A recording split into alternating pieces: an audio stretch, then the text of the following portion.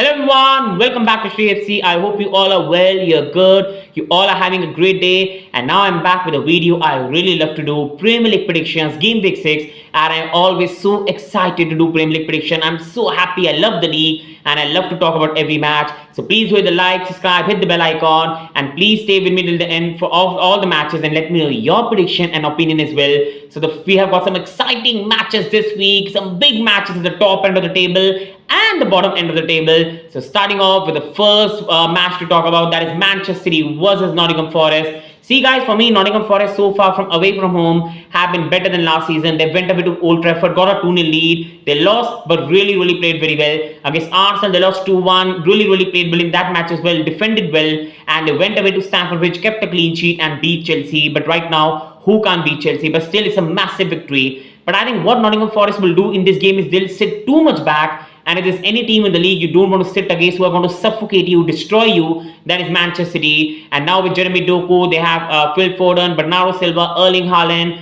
Defensively, the City side is very strong with Guardiola, Nathan Ake, Ruben Diaz, you've got Akanji. I think it's going to be too much on Nottingham Forest. I do think that Manchester City will switch off for 1 or 2 seconds and they will get a goal Nottingham Forest, but I think Manchester City will put 4 past them for me in this match. And I'm going with Manchester City 4, Nottingham Forest 1. Coming on to the next match, that is Crystal Palace versus Fulham.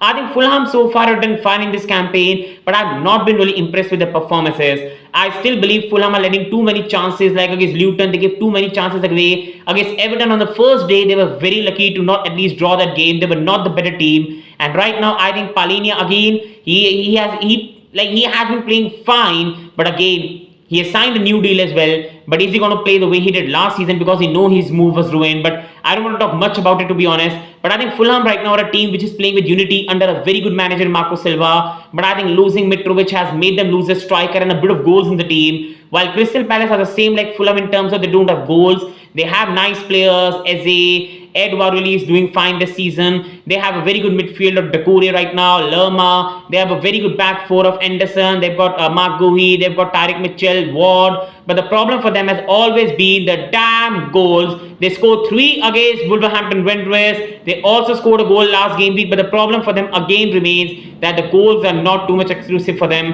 And I think this is a match between two sides which struggle in front of goals. And two sides will be near to the mid-table in the Premier League. And I think Crystal Palace in the home comforts will defend well and find that 1 goal they need. So I'm going with Palace 1, Fulham 0. Coming to the next game, that is Luton versus Wolves, a very important game.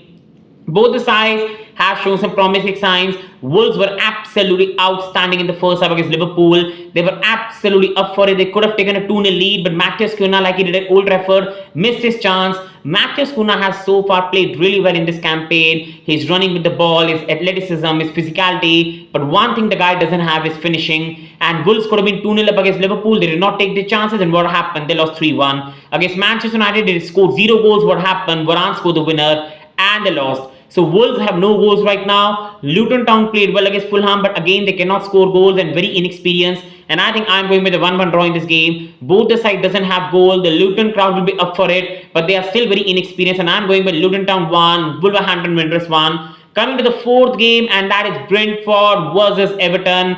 Brentford lost to Newcastle in the last game week, but overall, it was a bit of goalkeeper mistake for them as well. But I think they did not play that bad. Visa had a very good chance to get the goal, but it didn't. And right now, they're missing Tony in that department. And I still believe that without Tony, they're going to lose some goals. But still this season, Brentford have done a very good job. And Bumo has been playing really well as well. And they still have some very good players. And going away to Brentford is one of the hardest tasks in the league. While you go to Everton right now, again, they don't have goals. Calvert-Lewin has just come back, but again, Calvert-Lewin has just come back after another injury. You go towards the other department in the team, they're relying on Doucouré to score goals. So right now, Everton have a lot of problems with goals, and I think Brentford is a team you don't want to play with that problem. I think Brentford will hard-fought beat Everton in this match, and I'm going with Brentford 2, Everton 0. I think Brentford will find the goal, and they will get a victory in this game because the other team is not capable of hitting the barn door. And coming on to the fifth game, one of the most interesting game this week, Burnley versus Manchester United. Burnley on one hand, they've lost very badly to Tottenham this season against Manchester City as well at home. And Vincent Kompany is an exciting manager. Burnley want to play some good football, but right now they don't look Premier League ready. Against Nottingham Forest, they got a very good draw. They could have even won the game, but still they have not got enough for me to stay up in the league. While Manchester United lost to Bayern 4-3. Overall, a defeat which you can take and accept, because again United scored 3 goals. And again against Brighton, they started the game very well. But the problem for Manchester United right now is not the goals.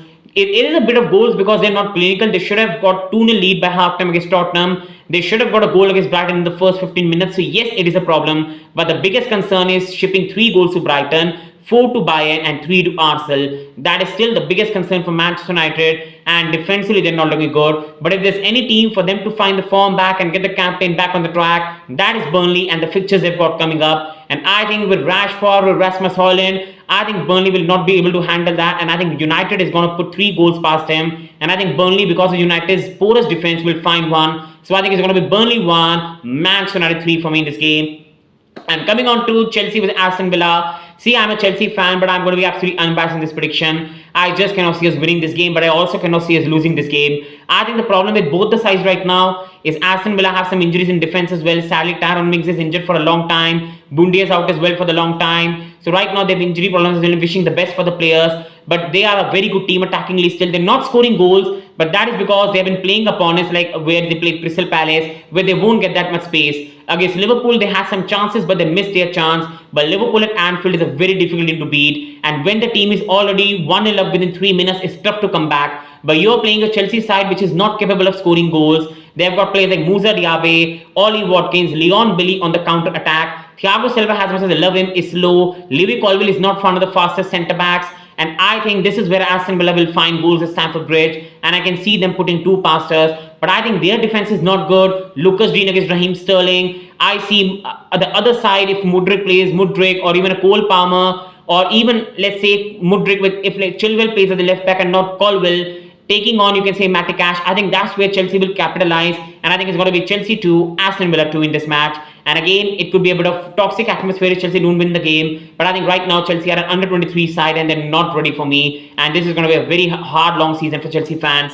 Coming on to the next one, that is Arsenal versus Spurs, the biggest game of the league, the North London derby, Arsenal versus Tottenham Hotspur, a very big game. Arsenal beat PSV 4-0 in the Champions League in between this week. They were absolutely outstanding, finding their feet, and we all know what they're capable of doing at Emirates. Tottenham so far have been breath of fresh air. What a performance has been by NJ Postecoglou team and the manager. They look so bright, young players fighting for the badge. And I think whether Tottenham loses game, whether they win the game, I think Tottenham is going to have a very fine campaign. The future is bright, and I think Udogie, Pape Matar, Bissouma, this is a Tottenham team that fans can feel very connected to. But I think this is a test that's come too sooner. I think Arsenal at the Emirates Stadium are a very tough side to beat. Bukayo Saka, Trossard, Martinelli, and you could go to strikers, Gabriel Jesus. You go to the midfield of Declan Rice, Odegaard, Gabriel Saliba, Ben White, Zinchenko, and I don't think they will be able to handle that. I'm going with a 3-0 Arsenal only because I think once Arsenal score that first goal, the floodgates will open, and I think Postecoglou will try to play his brand of football. The spaces will be there, and Arsenal will capitalize with the help of home fans.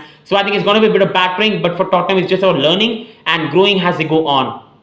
Coming on to the next one, that is Liverpool versus West Ham, another massive game. West Ham has started the season well. Yes, they lost to Manchester City, but again, they got a lead in the game, and they're a team who are going to sit back, say you have the ball and do whatever you want. We are just going to counter with Bowman and Antonio. And we all know that Liverpool can concede goals. Liverpool are susceptible to concede goals. But one thing Liverpool are best in the league is scoring goals. Mohamed Salah, Gakpo, Jota, Luis Diaz, slots by, they have a lot of goals in the team, and I think West Ham won't be able to take it long. I do think West Ham will find 1 goal in this match through either Bowman or Antonio, and I am recording this video before the Europa League game, so I don't know what happens in that game, but hopefully no one gets injured. But I think even if Trent plays this game or not, very doubtful to play this game, I think Liverpool will have too much quality at Anfield. I think it's going to be Liverpool 2 and West Ham United 1 for me. Coming on to the next one, that is Brighton versus Bournemouth, and I think again Brighton will be playing in the Europa League game, so yes, there could be some sort of tiredness, but I think if there's any team you want to play at home right now, is Bournemouth. Bournemouth are a very good side. I really love them footballing wise,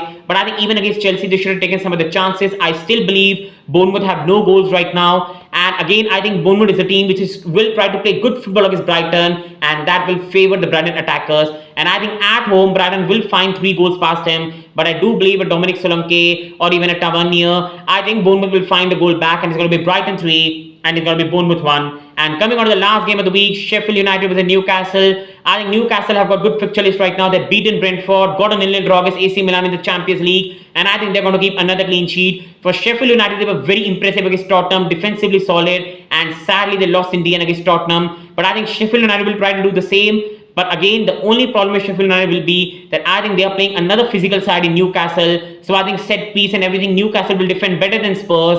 And I think Newcastle will have enough quality to find the breakthrough. And I think it's going to be Sheffield United 0, Newcastle 2. And these are my Premier League prediction for the game week 6. Do let me know your prediction, your views. Please subscribe and like. Do hit the bell icon. Thank you and wishing you the best. Thank you.